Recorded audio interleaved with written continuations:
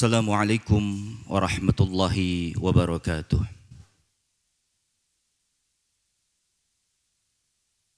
Alhamdulillah alladzi faddala syahra Ramadan ala baqiyati syuhuril 'am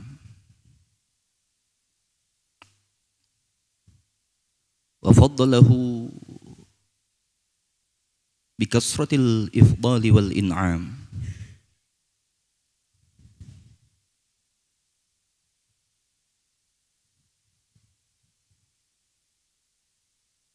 Allahumma salli wa sallim wa karrim wa barik ala sayyidina wa habibina wa syafi'ina wa qurrati a'yunina wa maulana Muhammadin al-mab'usi ila saqalain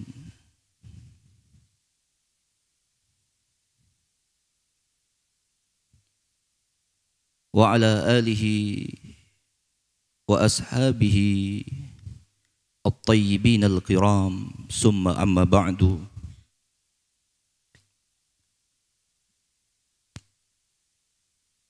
Yang kita muliakan bersama guru mulia Buya Yahya beserta keluarga, yang mudah-mudahan Allah selalu memberikan kepada beliau keistiqomahan dan ketulusan, serta memberikan umur yang panjang dalam keadaan sehat walafiat, dimudahkan segala urusan dunia dan akhiratnya.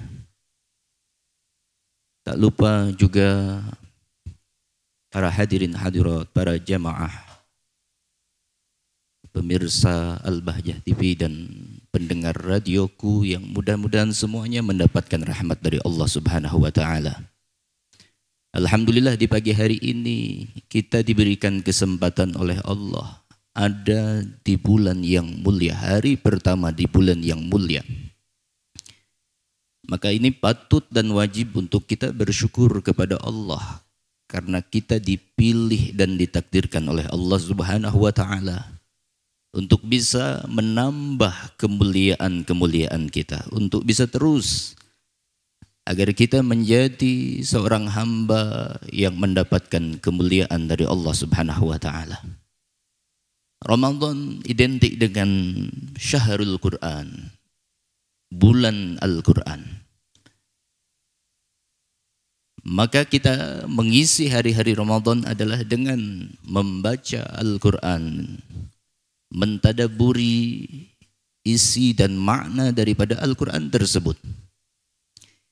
Tidak hanya sekedar membaca, akan tetapi kita juga dituntut untuk memahami, mentadaburi, mentafakuri ayat demi ayat yang ada di dalam Al-Quran, yang tujuannya adalah setelah kita memahami, mentadaburi, mentafakuri, agar kita bisa mengamalkan daripada isi Al-Quran tersebut, karena Al-Quran adalah hudan linnas, petunjuk bagi manusia. Siapa yang ingin selamat di dunia dan akhirat, maka tidak ada jalan baginya kecuali berpegangan terhadap petunjuk Al-Quran melalui bimbingan penjelasan dari para ulama yang menjelaskan daripada kandungan ayat Al-Quran tersebut. Dan mari kita mentadaburi bersama ayat ke-8 daripada surat Ar-Ra'd. A'udzu billahi minasyaitonir rajim. Bismillahirrahmanirrahim. Allahu ya'lamu ma tahmilu kullu unsa wa ma taghidul arhamu wa ma tazdad wa kullu syai'in indahu bimiqdar. Yang artinya adalah Allah mengetahui apa yang dikandung oleh seorang wanita, oleh seorang perempuan. Kekurangan dan kelebihan dari rahim yang ada di dalam kandungan seorang perempuan. Semuanya diketahui oleh Allah Subhanahu wa taala. Wa kullu syai'in indahu bimiqdar. Segala sesuatu peristiwa yang terjadi diketahui oleh Allah dengan pasti dan juga dengan detail pengetahuan Allah Subhanahu wa taala. Untuk kita memahami ayat ini maka kita perlu mundur beberapa ayat yang sebelumnya karena masih berkaitan. Pada ayat sebelumnya disampaikan bahwa ada permintaan dari orang musyrik kepada baginda Rasulullah sallallahu alaihi wasallam untuk memberikan tanda mukjizat dan kenabian. Mereka tidak merasa puas dengan ayat Al-Quran sebagai mukjizatnya Nabi Muhammad. Mereka meminta lebih dari itu. Sehingga minta diturunkan petunjuk ayat yang menyatakan kebenaran baginda Rasulullah sallallahu alaihi wasallam. Akan tetapi Allah tahu bahwa mereka meminta agar diperlihatkan tanda kemukjizatan bukan karena sedang mencari kebenaran, bukan karena mencari yang hak, akan tetapi mereka hanya untuk menjadikan pembangkangan kepada Allah Subhanahu wa taala. Maka Allah tidak kabulkan permintaan mereka. Karena terkadang orang bertanya itu ada dua jenis. Yang pertama adalah bertanya karena memang ketidaktahuan. Dia ingin tahu sesuatu tersebut kemudian dia bertanya. Tapi ada tipe manusia yang tujuan bertanya bukan karena mencari kebenaran, akan tetapi untuk memperlihatkan pembangkangan mereka. Dan ini adalah tipe daripada orang musyrikin pada saat itu yang meminta kepada baginda Nabi Muhammad agar diperlihatkan tanda-tanda Allah, mukjizat-mukjizat yang mereka harapkan dan mereka inginkan. Tapi Allah tidak kabulkan karena permintaan mereka hanya dijadikan sebagai bahan untuk menambah pembangkangan mereka kepada baginda Rasulullah sallallahu alaihi wasallam. Lalu kemudian di ayat sebelumnya Allah Subhanahu wa taala menyampaikan sifat wahdaniyatnya Allah, sifat kemahaesaannya Allah. Di dalam zatnya, sifatnya, af'alnya, dan kemahaagungan Allah di dalam mengatur makhluk, mengatur alam semesta dengan penuh hal-hal yang menakjubkan untuk kita semuanya. Lalu pada ayat ini Allah menyambung kembali bahwa Allah memiliki sifat al-ilm, kaunuhu aliman, sifat al-ilm, sifat maha kemahatauan Allah Subhanahu wa taala. Allah tidak hanya zat yang esa dan yang kuasa, tapi Allah juga punya sifat yang lain, yaitu zat yang maha tahu. Termasuk apa yang dikandung oleh seorang perempuan di dalam rahimnya. Tidak hanya perempuan, hewan manapun. Allah mengetahui daripada isinya. Laki-laki perempuannya, seberapa ukurannya, seberapa lamanya. Bahkan sebagian para mufassirin mentafsiri taghidul arham wa matazdad, kurang dan lebihnya rahim, artinya Allah tahu kalau ada yang cacat, kalau ada yang sempurna, itu ada di dalam fi'ilmillah, di dalam pengetahuan Allah Subhanahu wa taala. Artinya tidak hanya yang nampak, yang tidak nampak, semuanya ada di dalam pengetahuan Allah Subhanahu wa taala.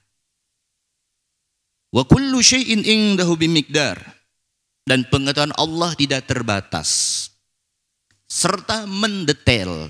Allah tidak hanya tahu sesuatu yang terjadi, tidak hanya secara global, tidak hanya secara universal, tapi Allah tahu secara parsial, secara juz'iyat dari setiap peristiwa yang terjadi. Maka ini menjawab karangan filosof di masa lalu yang mengingkari bahwa Allah dapat mengetahui secara detail dari setiap tetesan hujan yang turun ke bumi atau setiap debu yang ada di bumi ini. Maka dengan ayat ini Allah nyatakan bahwa Allah mengetahui secara detail setiap apa yang ada di alam semesta. Karena semuanya adalah ciptaan Allah, maka Allah tahu berapa tetes hujan yang turun ke bumi, berapa banyak debu yang ada di alam semesta ini. Karena ini adalah ilmu Allah, ilmunya yang maha sempurna, tidak ada kekurangan. Ilmu yang tidak didapatkan melalui proses. Berbeda dengan manusia. Manusia punya ilmu tapi didahului oleh kebodohan, didahului oleh ketidaktahuan. Maka ilmu daripada manusia membutuhkan proses untuk mendapatkannya. Berbeda dengan ilmunya Allah Subhanahu wa taala. Maka Allah mengingatkan kepada kita semuanya bahwa apa yang kita lakukan, yang nampak, yang tidak nampak, yang tersembunyi, yang terlihat, itu semuanya fi ilmillah, semuanya ada di dalam pengetahuan Allah Subhanahu wa taala. Tidak ada satu sedikit pun yang berpaling atau yang melesat daripada pengetahuan Allah Subhanahu wa taala. Maka ini untuk koreksi bagi kita semuanya bahwa kita harus ada pada maqam muraqabah, merasa selalu diawasi dan diketahui oleh Allah Subhanahu wa taala. Maka apapun yang kita lakukan, perilaku kita, amalan kita, yang baik maupun yang buruk, semuanya adalah fi ilmillah, diketahui oleh Allah Subhanahu wa taala. Tidak ada satu peristiwa kejadian yang tanpa sepengetahuan Allah Subhanahu wa taala. Allah mengetahui dengan detail setiap daripada peristiwa yang terjadi di alam semesta ini. Lalu kemudian Allah lanjutkan alimul ghaibi wasyahadah. Allah mengetahui segala sesuatu yang gaib, yang tidak nampak, wasyahadah, dan juga sesuatu yang nampak, yang terlihat, yang bisa dipanca indera oleh indera kita yang 5 jumlahnya.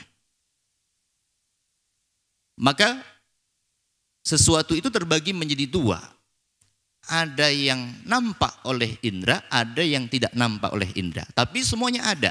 Yang disebut ada tidak hanya sesuatu yang dilihat oleh indera kita. Karena ada juga sesuatu yang itu dihukumi ada sekalipun tidak nampak oleh indera kita semuanya. Seperti angin. Angin tidak terlihat oleh mata. Akan tetapi jelas angin itu ada-adanya. Sehingga tidak setiap yang ada itu berarti syaratnya harus dilihat oleh mata. Karena ada sesuatu yang ada walaupun tidak nampak oleh mata. Karena ada 2 alam. Ada alam yang memang dipanca indera oleh kita. Ini alam dunia ini kita bisa melihat. Kita bisa melihat dengan jelas penciptaan Allah Subhanahu wa taala yang ada di bumi ini. Keindahan daripada bumi ini. Karena bisa diindra, bisa dirasakan panasnya api, dinginnya es. Karena bisa diindra. Tapi ada hal yang sifatnya adalah al-ghaib. Dan itu semuanya alimul ghaib. Allah mengetahui itu semuanya. Maka di dalam akidah kita juga ada yang disebut dengan sam'iyat. Hal-hal yang gaib yang kita dapat mengetahuinya karena melalui wahyu yang disampaikan baik melalui Al-Quran maupun melalui baginda Nabi Muhammad SAW. Dan guru kita Bu Yahya sudah punya buku yang berkaitan dengan sam'iyat, yaitu akidah, berkaitan dengan akidah meyakini sesuatu yang gaib, sesuatu yang tidak nampak oleh mata. Sehingga yang disebut ada itu jangan hanya dibatasi dengan sesuatu yang nampak oleh panca indera saja. Tapi yang tidak nampak pun adalah sesuatu yang ada. Dan Allah mengetahui itu semuanya. Al-ghaib wasyahadah. Maka tidak ada yang samar bagi Allah Subhanahu wa ta'ala. Dan tidak ada bedanya bagi Allah. Yang nampak, yang tidak nampak. Bagi ilmunya Allah sama. Beda dengan manusia. Nah, manusia terbatas. Pengetahuan manusia terbatas. Manusia hanya tahu yang jelas saja. Yang tidak jelas tidak diketahui oleh manusia. Karena keterbatasan ilmu daripada manusia. Wa ma utitu minal ilmi illa qalila. Tidaklah kalian semuanya diberi ilmu illa qalilan. Kecuali sedikit saja. Karena apa yang tidak diketahui oleh manusia jauh lebih banyak daripada apa yang telah diketahuinya. Oleh karena itu ini adalah akidah yang penting tentang alimul ghaib wasyahadah. Kita tidak hanya mengimani sesuatu yang sifatnya fisik saja, yang ada fisiknya, tapi juga yang metafisik, yang tidak berada fisiknya, yang tidak nampak daripada fisiknya. Karena ada keyakinan di zaman sekarang, mereka hanya mengimani sesuatu yang ada fisiknya. Bahkan menuhankan sesuatu yang bersifat fisik itu. Mereka mengingkari sesuatu yang metafisik, yang tidak ada fisiknya. Dan ini menjadi cara berpikir. Sehingga cara berpikirnya itu semua materi, disebut materialisme. Cara berpikir secara materi. Itu juga berpengaruh dalam kehidupan kita. Sehingga kita banyak menilai orang pun dengan materi. Karena ini akibat cara berpikir yang ada di zaman sekarang. Disebut dengan cara berpikir materialisme. Kita mau menilai orang itu mulia apa tidaknya, sekarang banyak menilai itu dari kekayaannya. Dari strata sosialnya. Memuliakan orang duduk di depan, bukan melihat ketakwaannya, kesolehannya. Sering sekali kita menilai itu, oh karena ini orang kaya, karena ini adalah orang yang punya harta, sehingga layak duduk dimuliakan. Nah ini termasuk pengaruh cara berpikir materi. Sehingga mengagungkan, meletakkan di tempat yang tinggi segala sesuatu yang bersifat materi. Bahkan menuhankan sesuatu yang bersifat materi. Dan ini mempengaruhi gaya hidup manusia. Mempengaruhi cara berpikir manusia. Contoh lagi. Mengukur kesuksesan orang. Orang tua zaman sekarang mengukur kesuksesan anaknya itu apakah ketika menjadi seorang anak yang soleh ahli ibadah atau ketika dia sudah mapan, pekerjaannya bagus, rumahnya sudah punya, mobilnya sudah punya. Nah, kira-kira yang mana ini? Yang disebut mapan. Kebanyakan zaman sekarang orang tua sendiri menilai kesuksesan daripada anaknya bukan dilihat dari ibadahnya, bukan dilihat daripada ilmunya, bukan dilihat daripada akhlaknya, akan tetapi kebanyakan juga orang menilai kesuksesan itu ya ada pada harta, ada pada materi. Nah itulah salah satu pengaruh cara berpikir materialisme. Sehingga menilai kesuksesan seseorang pun sering sekali kita melihat orang sukses itu bukan dilihat dari ibadahnya, ketakwaannya, akhlaknya. Tapi kita menilai orang, oh ini sukses. Kenapa kamu mengatakan dia sukses? Karena dia sudah punya rumah. Oh kenapa kamu mengatakan dia sukses? Karena dia sudah bisa beli mobil. Nah ini tanpa kita sadari kita terbawa dengan cara berpikir seperti ini. Pengaruhnya akhirnya banyak orang tua yang menuntut kepada anaknya bukan untuk menjadi orang soleh. Bukan menjadi orang yang berilmu, bukan menjadi orang akhlak. Tapi bagaimana dia punya pekerjaan yang punya penghasilan besar sehingga dia bisa punya rumah, dia bisa punya mobil, dia bisa berjalan ke sana kemari. Karena melihat dan memandang kesuksesan ada di dalam sana. Nah ini yang perlu kita waspadai, perlu kita sadari cara berpikir seperti ini. Itu ada di dalam kehidupan kita.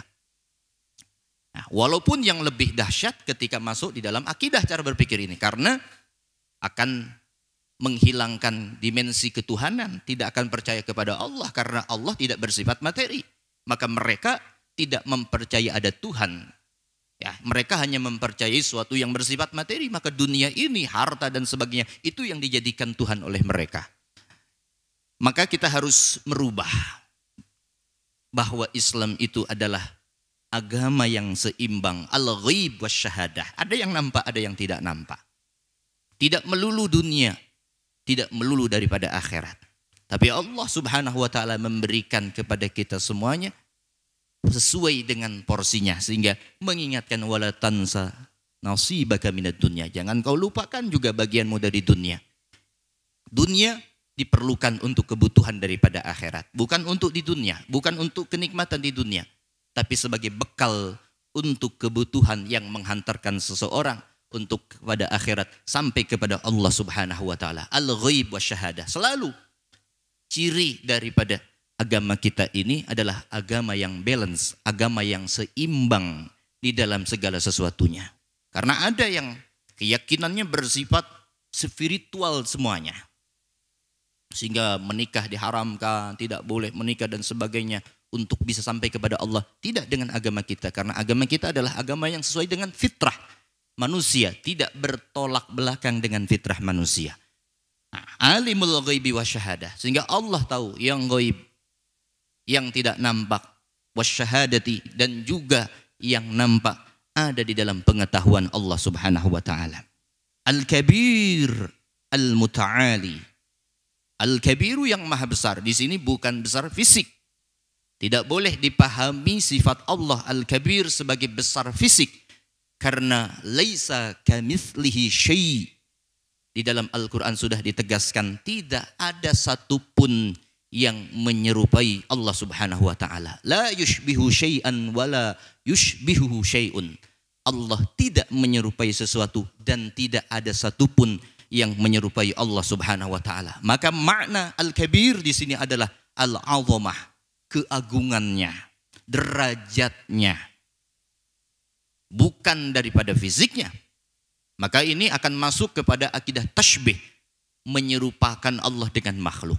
Oleh karena itu harus dipahami Al-Kabir di sini adalah yang maha agung, kudrahnya Allah, yang maha luhur, zatnya Allah Subhanahu wa taala. Pada hakikatnya yang agung adalah Allah Subhanahu wa taala, Al-Kabir. Maka setiap kita melaksanakan salat diawali dengan Allahu Akbar, Allah yang maha besar, Allah yang maha agung dalam segalanya, untuk mengecilkan ma siwallah daripada selain Allah. Kalau kita selama ini terkadang melihat sesuatu yang besar adalah harta, yang melihat ada sesuatu yang melihat besar itu adalah pangkat, ada yang melihat besar adalah macam-macam. Tapi kita diingatkan setiap kita bertakbir bahwa yang besar dan agung hanyalah Allah Subhanahu wa taala. Yang punya sifat Al-Kabir itu adalah Allah Subhanahu wa taala.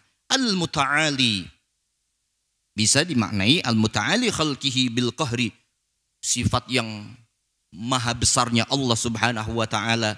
Yang ini adalah sifat yang tidak boleh dimiliki oleh makhluk. Makhluk tidak boleh merasa dirinya adalah besar, karena ini menghantarkan kepada kesombongan. Sifatul kibriya adalah sifat khususiyah Allah Subhanahu wa taala. Jadi dari Asmaul Husna yang 99 ini terbagi menjadi 3 macam. Ada sifatul jamal, ada sifatul jalal, dan ada sifatul kamal.